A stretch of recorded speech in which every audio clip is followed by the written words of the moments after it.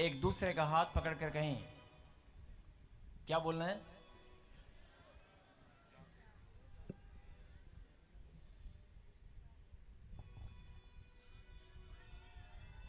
वचन का समय आया है, जागते रहें।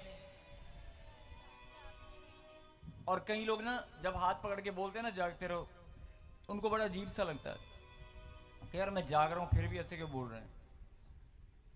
और कई लोग बड़े आनंद के मुस्कुराकर बोलते हैं जागते रहो, क्योंकि ये जागना आत्मिक जागृति है। आत्मिक जागृति की बात हो रही है। अपनी आत्मा में हमेशा जागते रहो। क्या आमीन? बेटे थोड़ा वॉइस कॉल इसकी हल्की सी बस। अगला समय प्रभु के वचन की, जो परमेश्वर ने हमारे लिए शिक्षा भेजी है, जो प्रभु आज अपने दिल की बात अपने बच्चों को समझाना चाहते हैं, जो परमेश्वर गहरी बात अपने बच्चों को आज बताना चाहते हैं। आइए हम सब वचन में जाने से पहले अपने हृदय से आप प्रार्थना करें कि परमेश्वर आज मैं आपकी महिमा के लिए आपके पवित्र मंदिर में आया हूं और मुझको आपने ही मुझे लाखों की भीड़ में से चुना और अपने पास आने का मौका दिया। मैं धन्यवाद करता हूं। वचन में जाने से पहले आप ऐसे प्रार्थना किया करें कि प्रभु मैं प्रार्थना करता हूं आज का दिन, ये समय, ये घड़ी आपने मेरे जीवन में ठहराई है। मैं बहुत लंबे समय से आना चाहता था लेकिन नहीं आ पाया, लेकिन आज जैसे भी मैं आया हूं, चाहे मेरे पास धन की घटी है, मैं बीमार हूं, मैं कर्जे में हूं, मैं परेशानी में हूं, चाहे मेरी नॉर्मल लाइफ है या मेरे पास संतान नहीं है, बच्चा नहीं है, मकान नहीं है, मैं जिस हालात में भी आपके पास आया हूं, लेकिन मेरे पिता तू सब कुछ जानता है।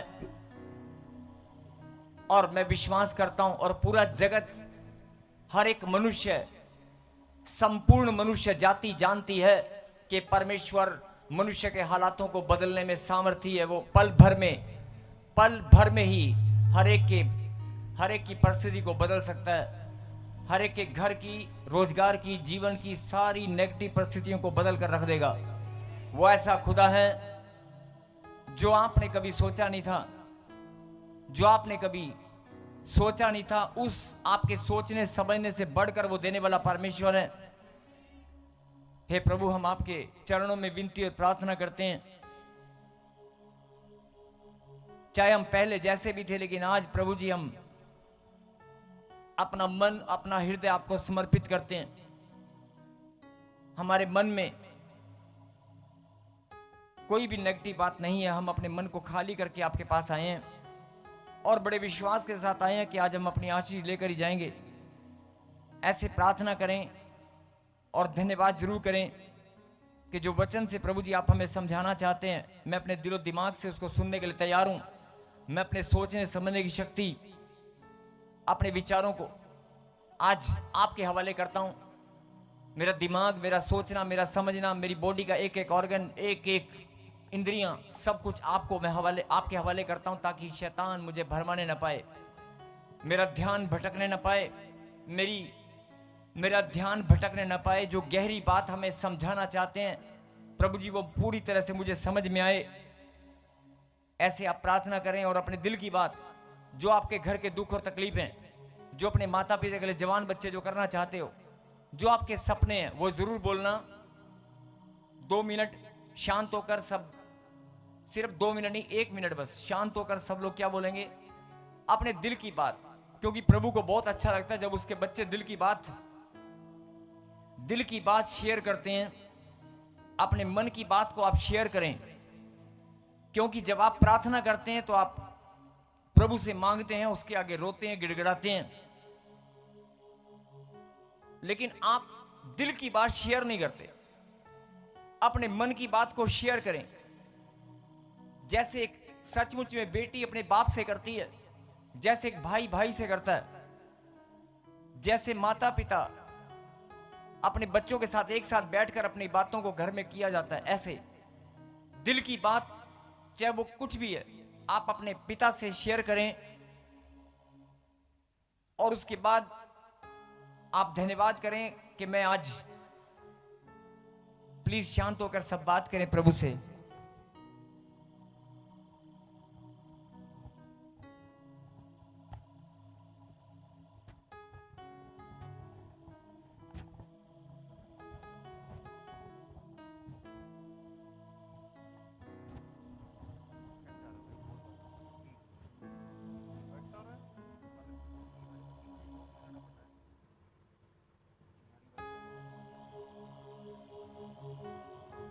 नजदीक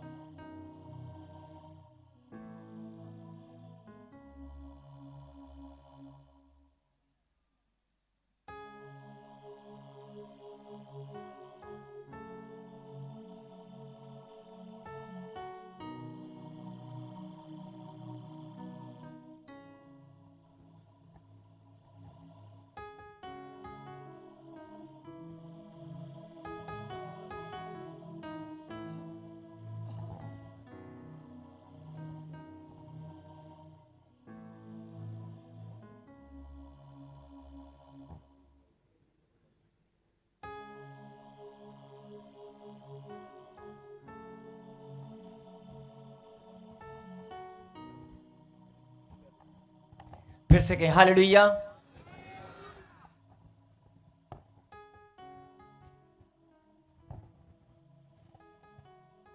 कितने लोगों ने आज दिल की बात अपने खुदा से शेयर की है? कैमरामैन स्क्रीन पे दिखा इनके हाथों को।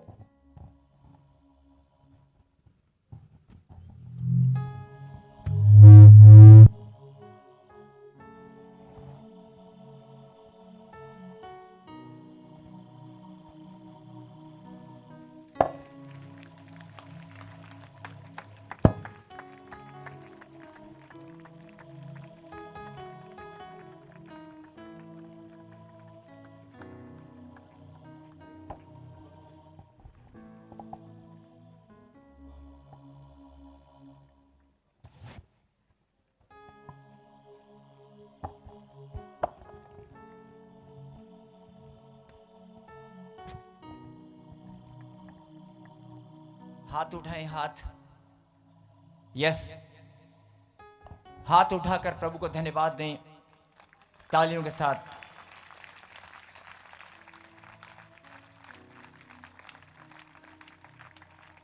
और अभी एक मैसेज आपने स्क्रीन पे भी देखा, उद्धार का संदेश फिर से स्क्रीन पे लगा दे।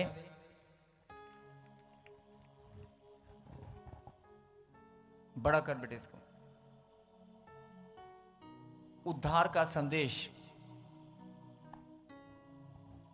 आज का मैसेज जो प्रभु ने आपके लिए भेजा है वो उद्धार का संदेश है। और मैं चाहता हूं कि सब लोग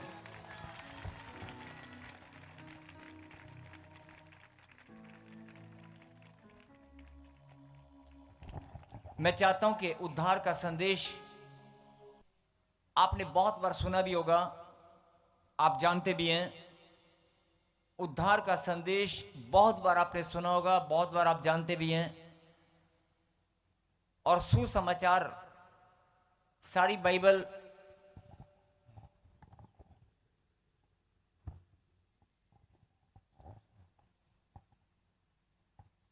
जब आप पूरी बाइबल पढ़ेंगे, नया नियम, पुराना नियम, ओल्ड टेस्टामेंट, न्यू टेस्टामेंट, जब आप पढ़ेंगे उद्धार के बारे में परमेश्वर ने जो भी लिखा है, जब पूरी बाइबल पढ़ेंगे तो आपको सिर्फ एक ही चीज समझ में आएगी कि मेरा उद्धार सिर्फ और सिर्फ बाइबल के अंदर है। जब आप पढ़ेंगे मेरा उद्धार सिर्फ और सिर्फ बाइबल के अंदर है, सिर्फ और सिर्फ परमेश्वर के पास है। मेरा उद्धार यीशु मसीह के पास है। मेरा उद्धार सिर्फ पवित्र परमेश्वर के पास है, और कोई मुझे उद्धार देने वाला नहीं है। और जब आप पढ़ेंगे तो आपको अपने आप पता चल जाएगा कई लोग बोलते हैं कि मुझे समझ नहीं आया। आप बाइबल में कुछ भी आप पढ़ना शुरू करें, कुछ भी, जब आप पढ़ना शुरू करेंगे आपकी आत्मा आपको बताना शुरू करेगी, हाँ और पढ़ और पढ़, यही तो रास्ता है, और बढ़ और बढ़, आगे चल और चल और पढ़, अगला चैप्टर, अगला चैप्टर, आगे चल, अगला वचन। जब आपकी आत्मा ऐसे बोलने लगे तो समझ जाना कि हाँ मैं सही मार्ग पर दौड़ रहा हूं। बोल हालेलुया। अब सवाल इस बात का है कि बहुत सारे लोग सुसमाचार को सुनकर अपने मन में प्रभु यीशु मसीह को विश्वास करके ग्रहण कर लेते हैं कि यीशु मसीह तू ही मेरा मुक्तिदाता, उद्धार करता, जीवित परमेश्वर। अंगीकार की प्रार्थना, जब आप अंगीकार की प्रार्थना करते हैं और कुछ शांति आपको महसूस होती है तो आपको लगता है मेरा उद्धार हो गया।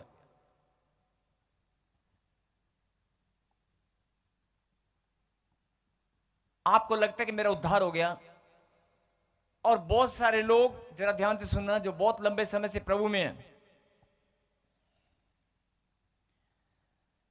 बहुत लंबे समय से प्रभु में हैं, लेकिन उनके घर में अगर कोई समस्याएं, कोई प्रॉब्लम अभी भी घूम रही हैं, तो बड़ा गंभीर विषय है कि आप प्रभु को जानते हैं, उद्धार का संदेश आप जानते हैं, उद्धार आपका हो चुका है, आपने अंगीकार की प्रार्थना की है, लेकिन फिर भी आपके घर में जो होना चाहिए वो नहीं है।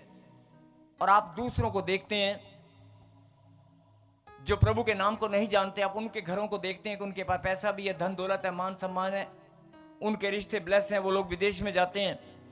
हमारे बच्चों का विदेश का काम नहीं बना, लेकिन वो लोग विदेश की यात्रा करके सारा परिवार घूम कर भी आ चुका है। जब आप दूसरों को देखते हैं कि यार उन्होंने एक छोटा सा काम खोला था और उनके घर में इतनी सारी ब्लेसिंग आ गई, मैं 4-4 काम खोल के भी ब्लेसिंग, पैसा नहीं बढ़ पा रहा है, बरकत नहीं आ पा रही है। मैं उन लोगों की बात कर रहा हूं जो लोग प्रभु में आने के बाद ऐसा सोचते हैं, या जिनको महसूस होता है मेरे घर में अभी बरकत क्यों नहीं है, और जो प्रभु को नहीं जानते वो हमसे आगे क्यों हैं, वो आगे हो या पीछे, लेकिन वो भी खुदा की संतान है। बोलो आमीन। और उनका आगे होना या पीछे होना, ये सब खुदा की योजना और खुदा का न्याय है। बोलो आमीन। ये सब खुदा की योजना और खुदा का न्याय है। जब कभी लंबा समय होगा तो इस बात पर हम चर्चा करके समझ सकते हैं, लेकिन आज समय प्रभु के वचन का है, इसलिए मैं आपका ध्यान इस बात पर लेकर आना चाहता हूं कि जो आपका उद्धार हो चुका है, आपको लगता है कि हो चुका है, और बहुत सारे लोगों को लगता है कि नहीं हुआ। ये प्रभु ने एक वचन आपको दिया, उस वचन को आज पढ़ेंगे, और जब हम इस वचन को पढ़कर सुनेंगे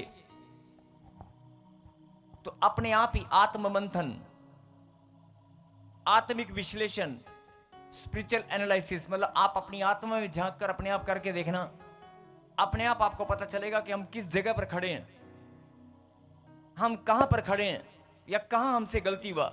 मैं चाहता हूं कि प्लीज, अगर नींद आ रही है तो आप जाग जाएं, आपका ध्यान इधर उधर है तो अपने ध्यान को केंद्रित करें, एक दूसरे को हाथ लगाकर फिर से कहें जागते रहो।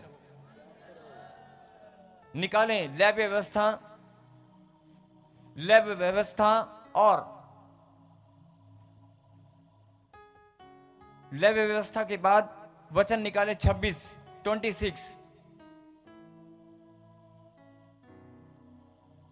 में, जहां 14 आयत है, 14, उसके ऊपर एक हेडलाइन है, उसको पढ़ेंगे। आज्ञा उल्लंघन का दंड। फिर से पढ़, फिर से। आज्ञा उल्लंघन का दंड।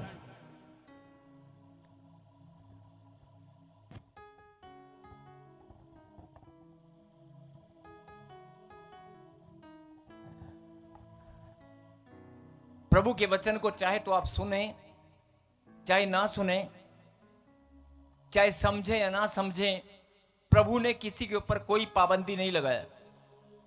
कहीं हालेलुया। हालेलुया। अब कई लोग सोच रहे होंगे आज्ञा उल्लंघन का दंड और उद्धार का संदेश से क्या लेना देना है। आज्ञा उल्लंघन का दंड और उद्धार का संदेश से लेना देना क्या है। और मैं फिर बोल रहा हूं कि जिनके बच्चे इधर उधर घूम रहे हैं, हर एक माता पिता को चाहिए कि अपने बच्चों को कंट्रोल करें। वचन के समय बहुत सारे छोटे छोटे बच्चे इधर उधर घूमने लग जाते हैं या कहीं जाने लगते हैं। अपने बच्चों के अंदर आप शिक्षा डालें, यह भी आज्ञा उल्लंघन है, यह भी आत्मिक गलतियां हैं। अपने बच्चों को अगर आप वचन के समय या प्रभु के घर में आकर आप कंट्रोल करना नहीं जानते हैं, मैं इसलिए नहीं बोल रहा हूं कि यहां चर्च में बहुत सारे बच्चे शरारत कर रहे हैं, नहीं, यह संदेश है। मैं किसी के बच्चे को देखकर नहीं बोल रहा हूं, मैं किसी के बच्चों को देखकर नहीं बोल रहा हूं। यह पवित्र आत्मा ने संदेश दिया है, उस संदेश को ग्रहण करें कि अगर प्रभु के कलाम में, प्रभु के वचन के समय अगर आपका बैठना उठना, आपका बैठना और आपको बहुत सारी सुस्ती आ रही है, बहुत सारी नींद आ रही है, वचन में चलने से पहले, वचन को समझने से पहले अगर आपको सुस्ती और नींद आ रही है तो मैं आपका धन्यवाद करता हूं। अगर नींद आ रही है, सुस्ती आ रही है, आपका ढीलापन शरीर है, ढीला जैसा ऐसे ना, थका हुआ शरीर है, कोई बात नहीं। प्रभु ने यह नहीं कहा कि तुम मेरे वचन को सुनो या ना सुनो, लेकिन हर एक इंसान की जिम्मेवारी है ये कि खुदा के कलाम को आदर दें। वचन ही परमेश्वर है, उसको आदर दें। बहुत सारे लोग अपना बैठना, प्रभु के घर में आना, प्रभु के घर में आकर बातचीत करना, बैठना, चलना फिरना, उनका बैठना ही बेढंगा होता है। आपका बैठना सुंदर होना चाहिए। और बहुत सारी बहनें वचन के समय सिर पर चुन्नी नहीं रखती हैं, मैं बहुत बार देखता हूं, लेकिन मैंने कभी बोला नहीं। एक दो बार इशारे से समझाया लेकिन नहीं समझ में आया। वचन के समय अगर आपके सिर पर चुन्नी नहीं है बहने, तो यह अपमान है मेरे खुदा के कलाम का। और अगर प्रभु के घर में परमेश्वर के पास आप आते हैं, आपके कपड़े बेढंगे हैं, परमेश्वर ने यह नहीं कहा कि तुम क्या पहनोगे और क्या खाओगे और क्या पियोगे, तुम्हारा खाना पीना कैसा भी हो, तुम्हारा पहनना कैसा भी हो। जो मैं बोल रहा हूं जरा एक एक बात को गहनता से अध्ययन करना और सुनते रहना। प्रभु ने कुछ नियम, कुछ चीजें प्रभु ने ठहराई हैं। जैसे आपके माता पिता हैं, अगर घर में बच्चे शरारतें करते हैं, चादर इकट्ठा कर देते हैं, गद्दे या सोफे के कपड़े उठाकर फेंक देते हैं, इधर उधर शरारतें करते हैं, या कागज फाड़ देते हैं, या पेंसिल लेकर दीवारों पे पेंटिंग करते हैं, एक बार समझाएंगे, दो बार समझाएंगे, तीसरी बार क्या होता है, उनके थप्पड़ लगाकर समझाते हैं कि नहीं, समझाते हैं कि नहीं। परमेश्वर ने कहा कि तुम मेरी संतान हो और तुम बड़े हो, तुम बच्चे नहीं हो, लेकिन मेरे लिए बच्चे हो। अगर तुम गलतियां करोगे तो मैं भी तुम्हें समझाऊंगा, एक बार नहीं, दो बार नहीं, बार बार समझाऊंगा।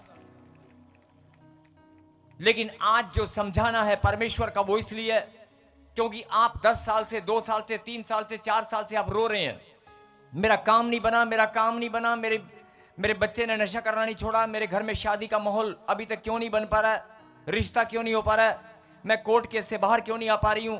ध्यान से सुनना एक एक शब्दों को। प्रभु में आने के बाद भी अगर आप रो रहे हैं, प्रभु में आने के बाद भी अगर आपके घर में शांति नहीं है, प्रभु का नाम आप सिमरन करते हैं, प्रभु के नाम को आप अपने दिल में बसाकर घूमते हैं, आप सीना फुलाकर बोलते हैं मैं परमेश्वर के संतान हूं।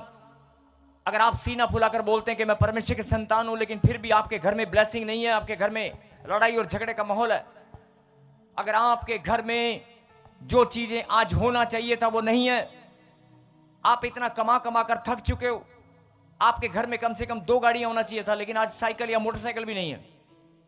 और अगर गलती से ली थी या कोई गाड़ी आपने ली तो वो बैंक वाले लूट कर ले गए।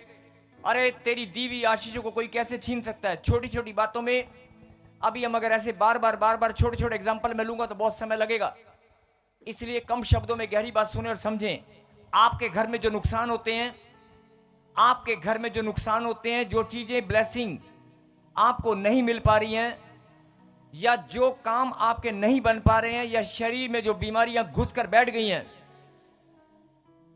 आप छोटा सा बच्चा जब धरती पर जन्म लेता है, परमेश्वर ने किसी की किडनी खराब नहीं किया, परमेश्वर ने किसी का किडनी, 2 किडनियों में से एक, कभी देखा आपने किसी का एक किडनी बनाकर बच्चा भेज दिया, एक हाथ बनाकर भेज दिया। परमेश्वर, इंसान से कोई गलती हो तो अलग बात है, लेकिन परमेश्वर अन्याय नहीं करते, सबको परमेश्वर भेदभाव नहीं करते। उसने आपको शुगर के साथ पैदा नहीं किया, उसने आपको बीपी की प्रॉब्लम, शुगर की प्रॉब्लम, टाइफाइड, काला पीलिया, पत्थरियों के साथ पैदा नहीं किया। ये पत्थरियां बाद में बनी है। ऐसे ही जीवन में बहुत सारे पत्थर, जैसे किडनी में पत्थर घुस गया, पित्ते में पत्थर घुस गया, ऐसे आपकी जिंदगी में पत्थर घुसकर बैठे हैं। उन पत्थरों को निकालकर उस दर्द से आप आजादी चाहते हो कि नहीं? जो पत्थर आपको दिखाई नहीं देते, किडनी में पत्थर दिखाई देता है, किडनी में पत्थरी दिखाई देती है, किडनी में स्टोन नहीं दिखाती, पित्ते में पत्थरी दिखाई देती है, कोलेस्ट्रॉल दिखाई देता है। आप अपने अंदर जो कोलेस्ट्रॉल बढ़ गया, डॉक्टर बोलता है कोलेस्ट्रॉल बढ़ गया, दिखाई देता है। जो प्रॉब्लम दिखाई नहीं देती लेकिन शरीर में है,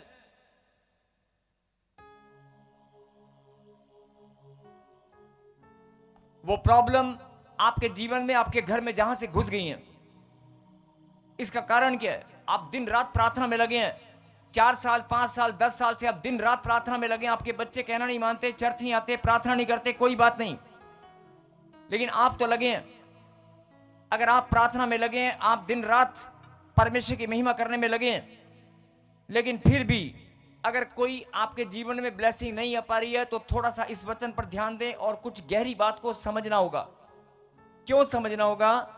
क्योंकि जो 10 साल, 15 साल से आप प्रार्थना करते आ रहे हैं, और मैंने अभी 1 महीने या 2 महीने से मैं लगातार भविष्यवाणी कर रहा हूं कि इसी वर्ष में प्रभु आपको आशीष देंगे। इसी वर्ष में परमेश्वर आपको आशीष देंगे। मैं कोई सपने नहीं बेच रहा हूं। जैसे किसी इंसान को एक सपना दिखा दो, ले बेटे ये सपना और ये 3 महीने बाद पूरा हो जाएगा, या कोई झूठी भविष्यवाणी हम लोग नहीं करते हैं। हम खरी बात, खरा उपदेश जो प्रभु ने आपके लिए भेजा है, वो आप तक पहुंचाते हैं। इसलिए जिनके घर में प्रॉब्लम है, समस्याएं हैं, आप प्रार्थना में कमजोर हैं, आप समस्या में जो भी है, लेकिन इस बात पर ध्यान दें कि जो भी प्रॉब्लम जितने भी लंबे समय से चलती आ रही है, परमेश्वर ने क्या वायदा किया? परमेश्वर ने भविष्यवाणी की है कि मैं इसी वर्ष में तेरे मस्तक को ऊंचा करूंगा। लेकिन ताली दोनों हाथों से बजती है, एक हाथ से नहीं। परमेश्वर ने तो ठान लिया है।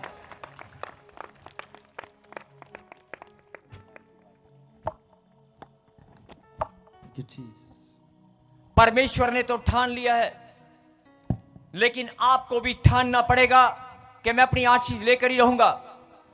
अगर परमेश्वर ने देने का वायदा किया और इसी साल में टाइम फिक्स, आपका टाइम फिक्स कर दिया कि इसी साल में मिलने वाली है 2 महीने के अंदर, तो आप भी अपने आप को ऐसा तैयार करो कि आप भी अपने आप को ऐसा तैयार करें कि मैं अब कोई गलती नहीं करूंगी, मैं भी अब कोई गलती नहीं होगा, शैतान को कोई मौका नहीं दूंगा। 4 साल से, 3 साल से मैं प्रार्थना भी करता था, लेकिन कोई ना कोई स्पिरिचुअल मिस्टेक, कोई ना कोई आत्मिक गलती मुझसे हो जाया करती।